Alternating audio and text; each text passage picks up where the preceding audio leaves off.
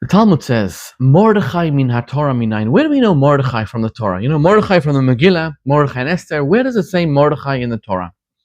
And there's a verse in our parsha, actually a Targum, Yonatan, you know, in Aramaic, that says, Mordechai min haTorah minayin, Meira Dachya. On the verse in this week's parsha which describes the incense, the spices that were in the temple. So the chief spice was a spice called the Marderor. Marderor, the Targum Onkelos Aramaic translation for it is Meira Dachyo. Mem Reish Dachyo, which spells out Mordechai. What are we talking about? What is this? So in the temple, there were 11 spices that we use for the fragrance, for the Ktoret. And the chief spice was made from something called Marderor. What is Marderor? It comes from an animal, the musk deer, which is around Siberia, in Tibet, those areas. And there was a gland, a gland of blood in it. They would take that blood, they would crush it well, and then they would make this beautiful, delicious fragrance that they would light up for the smell in the temple. And it says in the Talmud, the smell was so good that the goats in Jericho, which is miles away, used to sneeze. And it says the females in Jericho didn't have to wear perfume because of the beautiful smell that went all the way down there.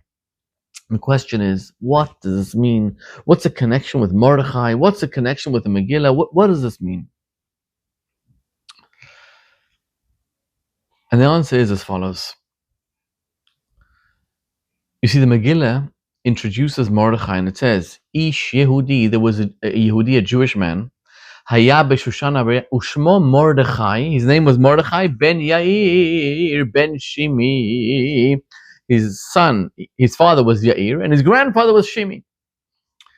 Who was Shimi?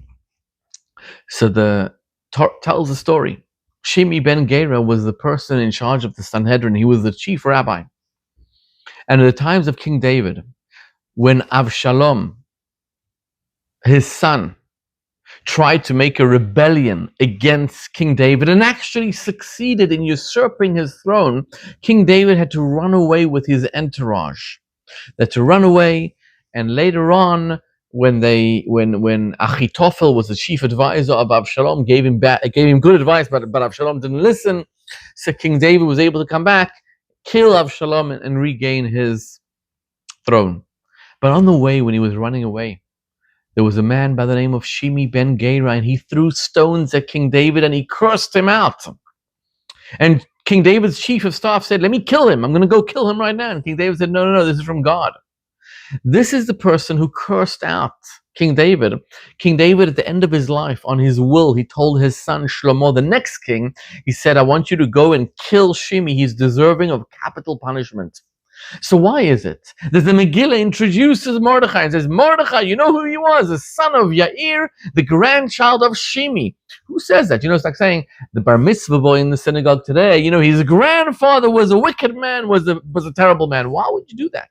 Why would you introduce Mordechai by telling us who his grandfather was, that he was an evil man?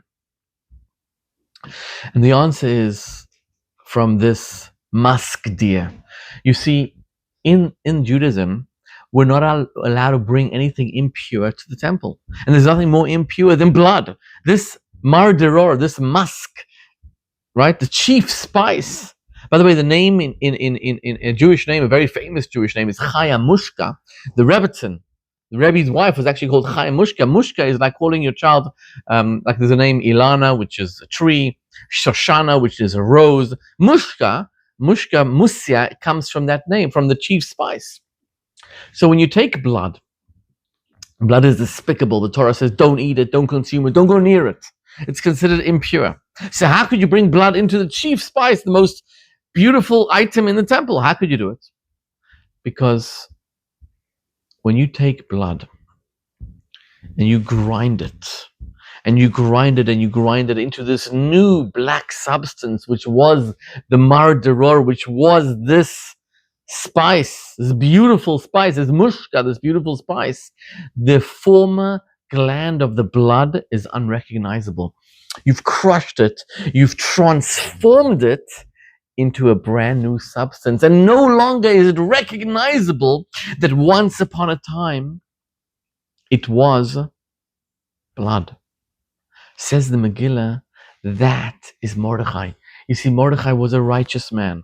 Mordechai was a person who worked on himself and he transformed his life. He became a righteous man, so much so that even though his grandfather was Shimei, even though his grandfather was a person who was cursing out King David, Mordechai was able to transform his life. Mordechai was able to become a person who is a holy person, who is a good person. And that is the lesson the Megillah wishes to impart upon us. No matter what we have done, no matter where you may roam, you can always come back home. No matter which sins you have done. And there doesn't exist any of us that doesn't have an evil inclination that tempts us to do bad. But we are really good people. You see, the evil inclination is like a shell. You have a peel of an orange, you take out the peel, and then you have the orange inside of it. So no matter what we've done, no matter how bad we've been, we can always transform our lives to become good people. And that is the message of the Megillah. No matter where you may roam, you can always come back home. Let's go out, have a beautiful Purim, and remember this lesson. Doesn't matter what you've done yesterday, it matters who you are today. In Tanya, it's the word, this is the Beinoni.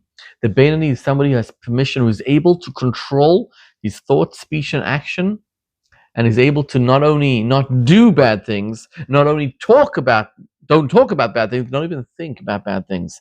That is in your power, that is in your capacity. You have that power, you can transform your life and become a good person.